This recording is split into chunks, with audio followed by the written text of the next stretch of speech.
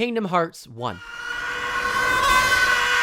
Much like many people's introduction into the Kingdom Hearts series, this game wasn't it for me. Mine was actually Kingdom Hearts 2, which I rented at Blockbuster because Mickey Mouse was on the cover. And that sentence, that's an old sentence now. That game starts with you as Roxas, enjoying your last week of summer vacation with your friends from school as things progressively get weirder and weirder. And as an equally idiotic school kid, I got very attached to Roxas, exploring every inch of Twilight Town to find all its mysteries and secrets. So yeah, then he dies and is replaced by whoever the fuck this is. But this isn't about Kingdom Hearts 2. This is about the original Kingdom Hearts, which released in 2002 for the PS2, following the story of the aforementioned whoever the fuck that is this guy, Sora. And you know, despite Sora committing identity theft on my boy Roxas, or is it the other way around? I hate Kingdom Hearts. Sora is easily my favorite character in the series now. And given the series' characterization of him, it isn't exactly hard to see why. Except for you, Dream Drop Distance. We don't fucking talk about you. For young little me, this shit smear turned into a massive role model, someone I could look up to regardless of the situation I was in. Put the money in the bag! My friends are my pals. I said put the money in the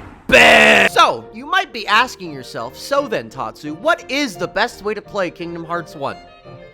KH1 Level 1 Proud.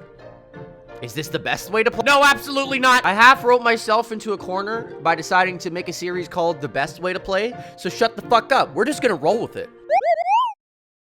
For the 10 unfortunate souls that have played KH1 Level 1 Proud, this idiot included, I think it's fair to say we understand the true meaning of fear. For those of you who don't know, let me explain. You can stay level 1 by equipping no experience as soon as you get access to your abilities, just as long as you pick the right options beforehand so you don't accidentally hit level 2 before you get the chance. Apparently, these choices do matter. Being level 1 and having no experience equipped actually gives you access to a few hidden mechanics for Sora, one of them being one-shot protection, nearly functioning the same as Second Chance does. So you might be saying, wow, that sounds like it's really good to have early, which it is, but shut the fuck your mouth, because it only works if Sora's at full health. Meaning, if you're a single point of health below your total and get hit by a shadow, Sora is gonna have a closed casket funeral because he's gonna look like a bowl of spaghetti. That part wasn't even in the script, I just had a bowl of spaghetti. If you are full health, you'll get knocked down to a single point of HP, making it a mad scramble to find a way to heal yourself, similar to how Sonic must feel when he drops all his rings. Except instead of dealing with this, you're dealing with this! Donald and Goofy, where are you guys? It's so dark in here, I can't see! You also get something people call damage storage, a mechanic where after landing the finisher of a combo, all your magic and summons do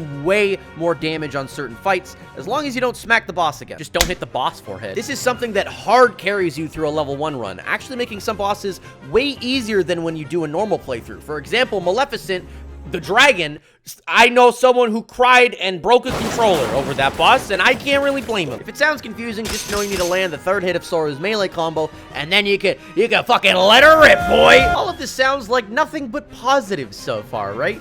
Wow, you must be saying, I should try out this level 1 thing for myself. To which I say, Run. Run. He's in the house. He's in the house. Run. The trade-off for these benefits are what can only be described as CBT, or PBT for those with different parts. You're a big kid, you can figure it out. So many encounters just toss you into a box filled with Heartless who are so hostile, you'd think it's the FF7 shipping community. Tracking attacks, Heartless whipping across the screen from every angle, even ones you can't see. Fuck Tom Clancy. This is the most accurate war simulator to date. Not to mention that some of the bosses are the hardest I've played in any game. This is the Dark Souls of Kingdom Hearts. Between these two encounters, you'd think this one is obviously the hardest one, but no, it's one of the easiest because Genie came with a pair of Boeing FA-18EF Super Hornets strapped to his fucking wrists. And these three rats are one of the hardest fights of the run, which I say with no sarcasm whatsoever. What the fuck am I looking at in this room? They won't stop spitting. Genie, do something! You know, one of the complaints I hear often about Kingdom Hearts 1 is how clunky the combat feels by comparison to future installments. And how can you blame them? In the second game, mashing X gives you all the power of Goku after doing a line of coke, and in the first game, you do this.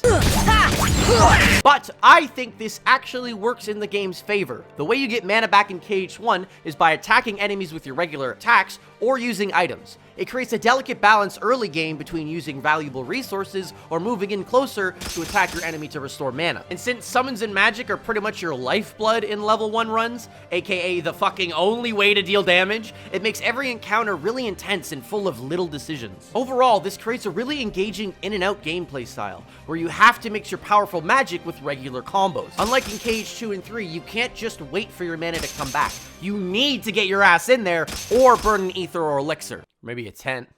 People don't like when I use tents. I don't go camping. But late game, that all kind of goes out the fucking window. When you're up to your zippers and ethers and money late game, it makes the whole attack or use resource debate kind of moot. Ethers aren't exactly as hard to come by in late game, not to mention, with the amount of mana you have, you don't even have to risk getting close to people to call in an airstrike. Of course, this results in you feeling like Jesus Christ 2 Final Mix, but it's a bit disappointing and probably one of the main reasons they changed the mana system in later games. 2 and 3's mana system kind of like pseudo-mimics the in-and-out gameplay style that early KH1 has. What a lovely new mana system! I hope it won't be susceptible to similar item abuse like KH1. Oh, for fuck's sake!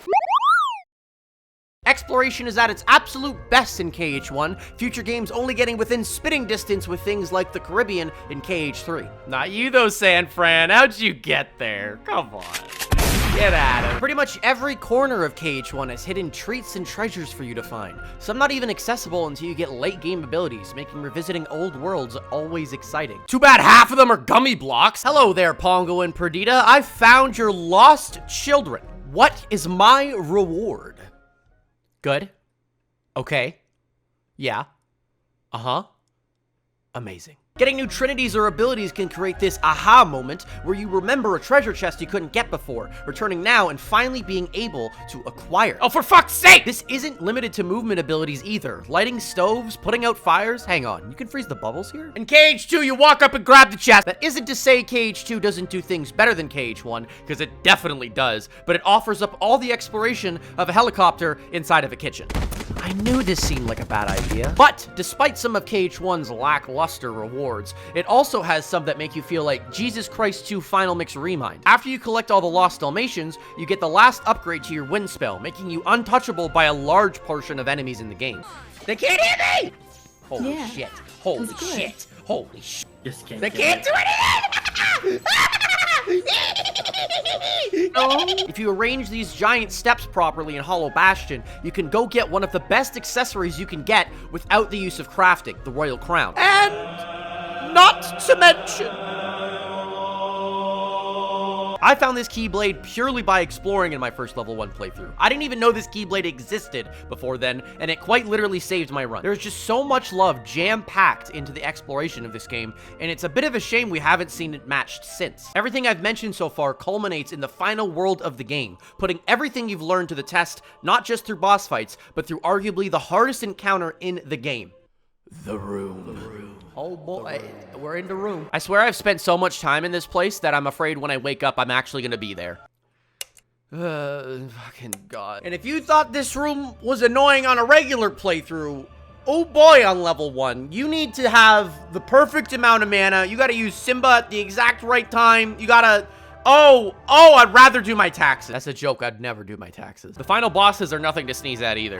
They're great. The second fight with Anthem is an intense one-on-one, where you really have to study his moves and take him down without any help from summons or party members. Then he turns into a boat. Who thought this was a good idea? Why are there so many lasers? When do they stop? Oh, they don't. Fantastic. This is great. I fucking love it. Hey there guys, thank you so much for watching the best way to play Kingdom Hearts 1. It was so much fucking fun working on this thing, and I cannot wait to start working on the next one next month. I'm actually going to be making a best way to play video every single month, and I put up a Patreon if you want to support me. It would help me out a lot, really helps me get these things out on time. Thank you so much. I also stream over at twitch.tv/Tatsumaki all the gosh darn time. Look at what we're doing right now. Look what you're missing out on, man. Come on. Oh my God, that's so cool. Then he's a... And if you haven't already, join my Discord. We do all kinds of things in there. We're always hanging out in there every single night. It's such a blast. Over on my Patreon, I'm going to be putting up a poll to decide what game we do next. I'm really leaning towards Pokemon Legends Arceus. That's coming out fucking today. But yeah, thank you guys so much, and I'll see you guys next time.